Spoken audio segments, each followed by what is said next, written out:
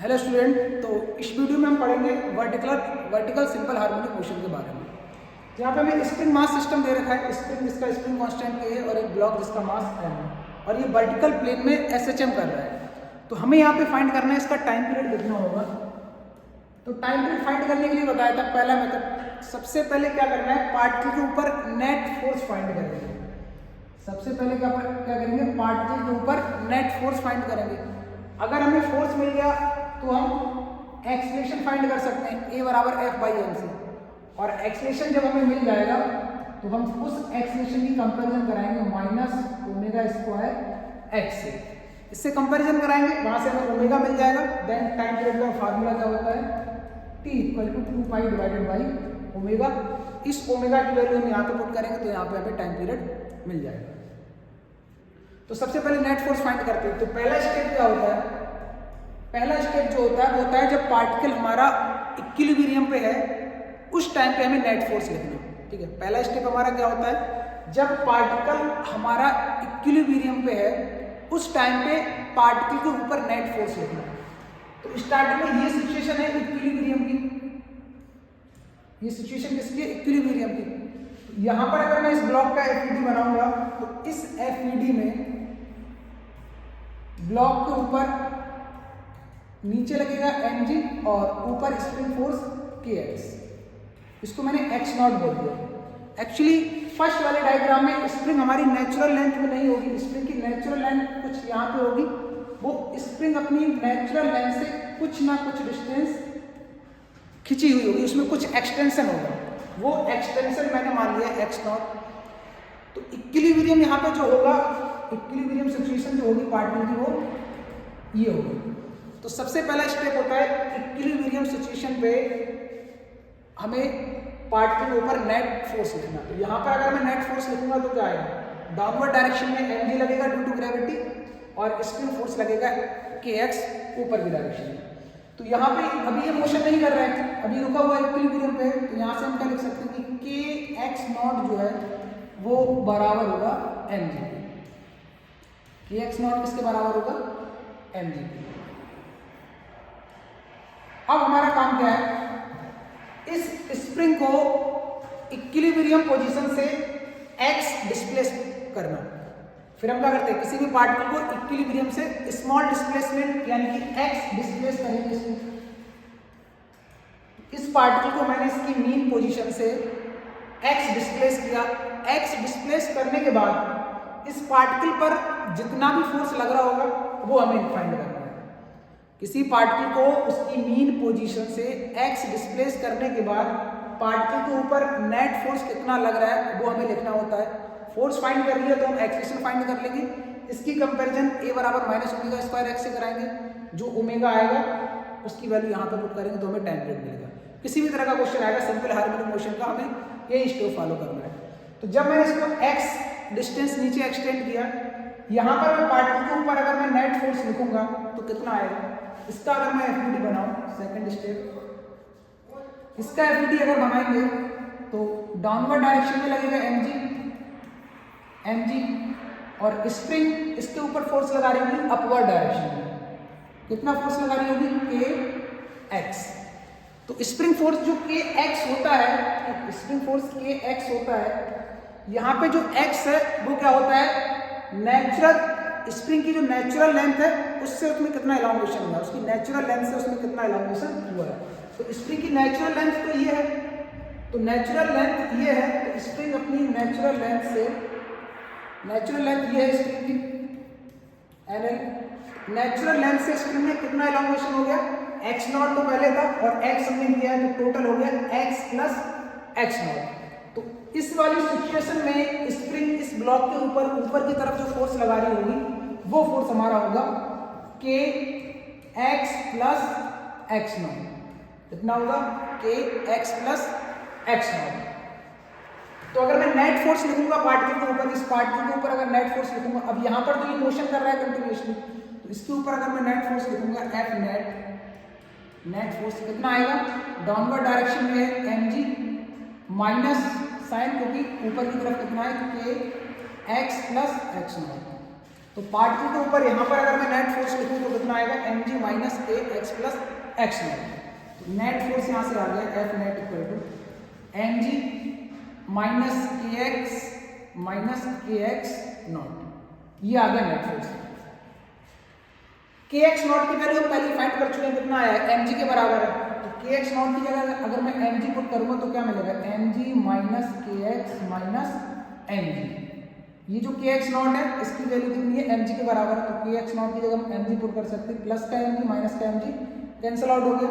यहाँ से net force आ गया F net equal to minus K x.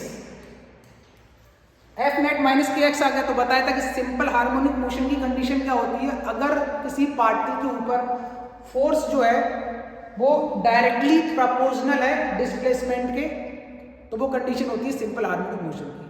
और डिस्प्लेसमेंट और फोर्स दोनों का जो डायरेक्शन है वो कैसा होना चाहिए, अपोजिट, यानी फोर्स हमेशा इक्विलिब्रियम पोजीशन की तरफ लगेगा। पार्टिकल की जो फोर्स है वो हमेशा क्या करेगा, उसको उसकी इक्विलिब्रियम पोजीशन पे ले जाना चाहेगा। तो इससे इस इक्वेशन से हमें पता चल सकता है कि यहाँ पे क्या हो रहा होगा, एसएचएम हो रहा होगा। अब हमने फोर्स फाइंड कर लिया तो हम एक्सेलरेशन भी फाइंड कर सकते हैं। ठीक है, फोर्स फाइंड कर लिया तो हम एक्सेलरेशन भी फाइंड कर सकते हैं। एक्सेलरेशन कितना आएगा, ए बराबर F divided by N, A बराबर F net divided by N. A बराबर नेट फोर्स यहाँ पे कितना है, माइनस का के एक्स माइनस का के एक्स डिवाइडेड बाई एन। तो हमेशा जब भी हम एक्सेलरेशन फाइंड करेंगे वो हमेशा एसएचएम के केस में एक्स का फंक्शन आएगा। एक्सेलरेशन हमेशा किसका फंक्शन आएगा, एक्स का, अगर लीनियर हार्मोनिक मोशन हो रहा है। तो अब एक्स का फंक्शन आ गया, एक्सेलरेशन फाइंड कर लिया, इसका कंपैरिजन किससे कराएंगे, ए बराबर माइनस ओमेगा स्क्वायर एक्स, इसका कंपैरिजन इससे कराएंगे। यहाँ से हमें ओमेगा मिल जाएगा, ओमेगा कितना आएगा, ओमेगा स्क्वायर बराबर के बाई एन, ओमेगा बराबर अंडर रूट के बाई एन। यहाँ से टाइम पीरियड आ गया टी बराबर 2 pi divided by omega, T बराबर 2 पाई, ओमेगा का वैल्यू पुट करेंगे तो ये आएगा अंडर रूट 1 बाई के। यही टाइम पीरियड आता है जब हमारी स्प्रिंग हॉरिजॉन्टल लेवल पर एसएचएम करती है। तो हॉरिजॉन्टल लेवल पे स्प्रिंग एसएचएम करे या वर्टिकल लेवल में एक्सएचएम करे, जो टाइम पीरियड का फार्मूला है वो सेम रहता है, T equal to 2 pi under root m upon K. अब इसी कॉन्सेप्ट पे एक क्वेश्चन करते हैं। और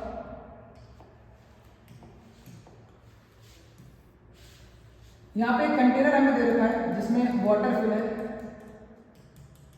इस वाटर का डेंसिटी यहाँ पे है वो रो नॉट है, और इस कंटेनर में एक सिलेंडर है। इस कंटेनर में क्या है, एक सिलेंडर, एक सिलेंडर है। सिलेंडर का डेंसिटी गिवन है हमें रो, सिलेंडर का area of cross section A मान लिया, और इसका जो हाइट है वो h। सिलेंडर का डेंसिटी रो है, हाइट h है, एरिया ऑफ क्रॉस सेक्शन मैंने a मान लिया, ठीक है। सिलेंडर का जो वाटर के अंदर पोर्शन है वो पोर्शन है h नॉट, कितना है h नॉट। सिलेंडर जो पानी में डिप है वो पोर्शन, उस पोर्शन का जो लेंथ है वो कितना है h नॉट। तो अगर मैं सिलेंडर को, ठीक है, इस सिलेंडर को पानी के अंदर थोड़ा सा डिस्प्लेस करके छोड़ दूं तो ये भी क्या करेगा, एसएचएम करेगा। इस सिलेंडर में मैं थोड़ा सा फोर्स लगाऊं और नीचे की तरफ इसे थोड़ा सा डिस्प्लेस करूं at a distance x, small displacement, तो ये क्या करने लगेगा, एसएचएम। तो उसका हमें टाइम पीरियड फाइंड करना है, तो क्या करेंगे, तो वही मेथड, सेम मेथड यहाँ पे अप्लाई करेंगे। सबसे पहला काम क्या है, अभी सिलेंडर यहाँ पे फ्लोट कर रहा है यानी रुका हुआ है, रेस्ट पे है। तो सबसे पहला काम है जो हमारी इक्विलिब्रियम पोजीशन है उस पर हम कंडीशन लिखेंगे नेट फोर्स की। तो ये हमारी इक्विलिब्रियम पोजीशन है, जब इससे हम इसे डिस्प्लेस करेंगे तब ये एसएचएम शुरू करेगा। तो सबसे पहला काम क्या है, इस इक्विलिब्रियम कंडीशन पे फोर्स लिखना। तो इस पर अगर मैं फोर्स लिखूं तो आएगा पहला स्टेप, डाउनवर्ड डायरेक्शन में क्या लग रहा होगा, सिलेंडर का वेट। सिलेंडर का अगर एफईटी बनाएंगे तो सिलेंडर का अगर मैं एफईटी बनाऊं तो डाउनवर्ड डायरेक्शन में क्या लग रहा होगा, सिलेंडर का वेट। और अपवर्ड डायरेक्शन में सिलेंडर फ्लोट क्यों कर रहा है, आर्किमिडीज प्रिंसिपल से, क्योंकि इसके ऊपर की तरफ क्या लग रहा होगा, अपथ्रस्ट। अपथ्रस्ट का फार्मूला क्या होता है, रो वी जी। अपथ्रस्ट का फार्मूला क्या होता है, रो वी जी। तो एम जी डाउनवर्ड डायरेक्शन में, अभी इक्विलिब्रियम पे है तो एम जी किसके बराबर होगा, रो वी जी। अब यहाँ पे रो क्या होता है, बी क्या होता है, जी क्या होता है, ये समझना पड़ेगा। जी तो सिंपल है, एक्सेलेरेशन ड्यू टू ग्रेविटी। रो यहाँ पे क्या है, क्योंकि अपथ्रस्ट कौन लगाता है, अपथ्रस्ट लगाता है फ्लूइड हमारा। फ्लूइड यहाँ पे जो भी है, वाटर है, जो भी ऑयल है, तो यहाँ पे जो डेंसिटी होगी वो उसी की होगी। तो यहाँ पे रो ना होकर डेंसिटी फ्लूइड का रो नॉट दे रखा है, तो रो हमारा यहाँ पे क्या होगा, रो नॉट। बी यहाँ पे किसका वॉल्यूम होता है, वॉल्यूम डिस्प्लेस्ड फ्लूइड, ठीक है। आर्किमिडीज प्रिंसिपल अगर पढ़ा हो अच्छे से तो बी क्या होता है, वॉल्यूम ऑफ डिस्प्लेस्ड फ्लूइड, या फिर ऑब्जेक्ट का वॉल्यूम केवल उस पोर्शन का जो वाटर के अंदर डिप है, या फिर बी हम किसका वॉल्यूम ले सकते हैं, ऑब्जेक्ट का वॉल्यूम। कौन से ऑब्जेक्ट का वॉल्यूम, जितना पोर्शन ऑब्जेक्ट का पानी के अंदर डिप है, दोनों सेम आते हैं। तो ये वो वाला वॉल्यूम है, इमर्ज ऑब्जेक्ट, बी आई लिख सकते हैं, ठीक है, कितना पोर्शन इमर्ज है। एम को मैं क्या लिख सकता हूँ, एम किसका मास है, सिलेंडर का मास है। एम यहाँ पे किसका मास है, सिलेंडर का मास है। तो मास बराबर क्या होता है, वॉल्यूम इनटू डेंसिटी। मास बराबर वॉल्यूम इनटू डेंसिटी। तो एम बराबर आ गया मेरा वॉल्यूम। अगर मेरे को सिलेंडर का वॉल्यूम लिखना है तो सिलेंडर का वॉल्यूम क्या होगा, एरिया इनटू हाइट। तो v की जगह मैं क्या लिखूंगा, a इंटू एच और रो। तो m की जगह मैं लिख सकता हूं a h रो g बराबर rho not B I. B I लिखना है मेरे को, अगर केवल इस पोर्शन का लिखना है, इस पोर्शन का लिखना है जो पानी के अंदर डिप है, इसका वॉल्यूम लिखना है, तो इसका एरिया कितना है a और इसकी हाइट कितनी है h नॉट। तो इसका वॉल्यूम होगा a into H naught multiplied by G. A G से ए जी कैंसिल आउट हो जाएगा, एच वो बराबर आएगा एच नॉट रो नॉट। तो एक कंडीशन यहाँ पे हमें मिल जाएगी इक्विलिब्रियम सिचुएशन पे। अब हमें फाइंड करना है एसएचएम का टाइम पीरियड। तो यहाँ पे हम क्या करेंगे, इस सिलेंडर को थोड़ा सा डिस्प्लेस करेंगे, इस सिलेंडर को थोड़ा सा डिस्प्लेस करेंगे। ये मैंने डिस्प्लेस कर दिया एट ए डिस्टेंस एक्स। जब सिलेंडर को हम थोड़ा डिस्प्लेस करेंगे एट ए डिस्टेंस एक्स, तब इसके ऊपर हम नेट फोर्स लिखेंगे कि नेट फोर्स कितना आएगा। तो नेट फोर्स जो आएगा एफ नेट बराबर, ठीक, यहाँ पे मैं एफ बना देता हूं। नीचे लगेगा mg सिलेंडर का वेट, और ऊपर की तरफ जो फोर्स लगेगा वो लगेगा रो बी जी। ये आएगा अपथ्रस्ट। रो में यहाँ पर रो नॉट आएगा, बी में बी आई आएगा, ऑब्जेक्ट का कितना पोर्शन फ्लूइड के अंदर डिप है। तो यहाँ पर जब नेट फोर्स लिखूंगा, जब मैंने सिलेंडर को x डिस्टेंस नीचे डिस्प्लेस किया है, तब इसके ऊपर अगर हम नेट फोर्स लिखेंगे तो कितना आएगा, तब ये है एफ डी। नेट फोर्स आएगा एफ नेट बराबर डाउनवर्ड डायरेक्शन में है एम जी माइनस ऊपर की तरफ है रो नॉट बी आई जी, ये आएगा। तो नेट फोर्स यहाँ से आ गया एफ नेट बराबर M G minus rho not B I. B I अगर हमें लिखना है तो बी आई यहाँ पे क्या हो जाएगा, इमर्ज पोर्शन का वॉल्यूम।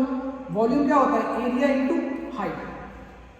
तो हाइट यहाँ पे कितना हो जाएगा, हाइट हो जाएगा एच नॉट, ये पहले था डूबा हुआ, एक्स हमने इसको और नीचे डिस्प्लेस किया है।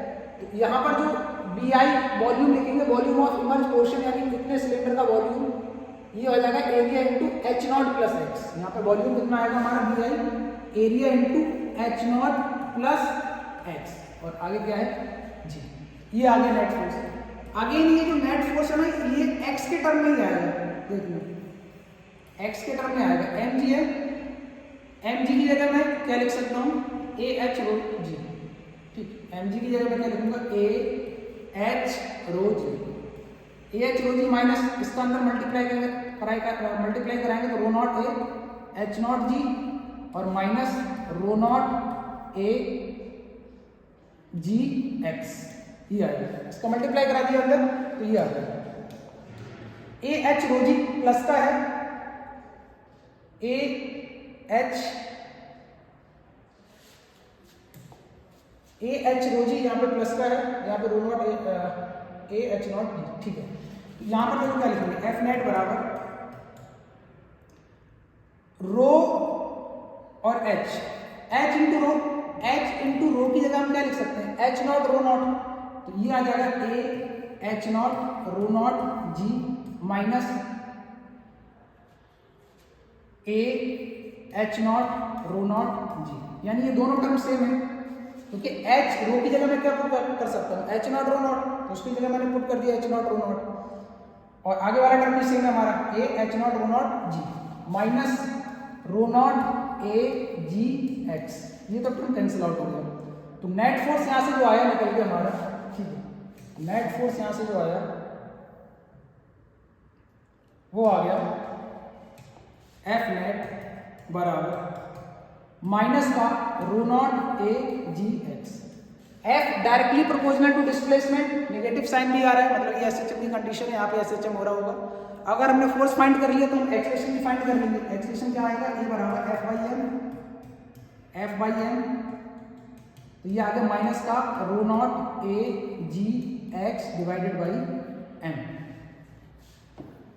तो यहां से टाइम पीरियड का फार्मूला लिख देंगे, इसकी कंपैरिजन किससे कराएंगे, ए बराबर माइनस ओमेगा स्क्वायर एक्स, इससे इसकी हम कंपैरिजन कराएंगे तो यहां से हमें ओमेगा स्क्वायर की वैल्यू मिलेगी, ठीक, ओमेगा स्क्वायर में मिलेगा rho not A G upon M, ये आ गया ओमेगा की वैल्यू। ओमेगा स्क्वायर किसके बराबर आएगा, rho not A G divided by M, omega निकालेंगे तो इसके ऊपर स्क्वायर रूट आ जाएगा। अब यहां से ओमेगा हमें मिल गया तो हम टाइम पीरियड भी लिख सकते हैं, इसको थोड़ा और सिंपलीफाई करें, rho not A G divided by M, M क्या सिलेंडर का मास, और मास किसके बराबर है, ए एच रो, मास बराबर वॉल्यूम इनटू डेंसिटी लिखेंगे तो ये कितना आएगा, ए एच रो, ए से ए कैंसिल आउट हो गया, ठीक, ये आ गया under root rho not G divided by H rho, ठीक, तो यहां से ओमेगा आ गया, ओमेगा बराबर under root rho not G divided by H rho. अच्छा, एच इंटू रो किसके बराबर है, एच नॉट रो नॉट, इसकी जगह मैं क्या रख सकता हूँ, H not rho nought, rho nought से रो नॉट कैंसिल आउट हो गया, ये आ गया under root G divided by H, under root G divided by H. तो यहाँ से जो ओमेगा की वैल्यू निकल के वो आ गई ओमेगा बराबर under root G divided by H. Omega अगर हमें मिल गया तो हम टाइम पीरियड भी फाइंड कर सकते हैं इजीली, ओमेगा अगर हमें मिल गया तो हम टाइम पीरियड भी फाइंड कर सकते हैं, टी बराबर आएगा 2 pi divided by omega, 2 pi under root H by G, क्या हो जाएगा एच बाई जी। तो इस सिलेंडर का जो टाइम पीरियड निकल के आएगा वो आएगा 2 pi under root H divided by